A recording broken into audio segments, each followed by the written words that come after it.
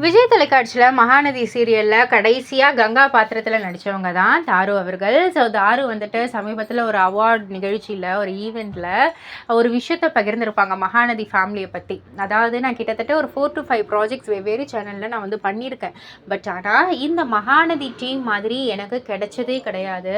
Because இதில் வந்துட்டு அந்த ஒரு ஃபேமிலி பாண்டிங் ரொம்பவே நான் அட்டாச் ஆகிட்டேன். அந்த ஒரு பாண்ட் இது வரைக்கும் எந்த ஒரு ப்ராஜெக்ட்லேயுமே எனக்கு வந்து கிடைக்கவே இல்லை.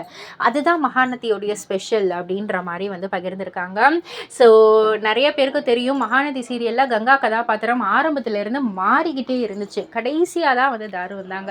பட் அவங்களே இப்படி சொல்கிறாங்க அப்படின்னா பல ஆண்டுகளாக ஒன்றாக இணைந்து ஒர்க் பண்ண மற்ற ஆர்டிஸ்ட்டுக்கெலாம் இது எப்படி இருக்கும்? ஸோ அந்த ஒரு பாண்டிங் தான் வந்துட்டு நல்லாவே வந்து பிரதிபலிச்சுது.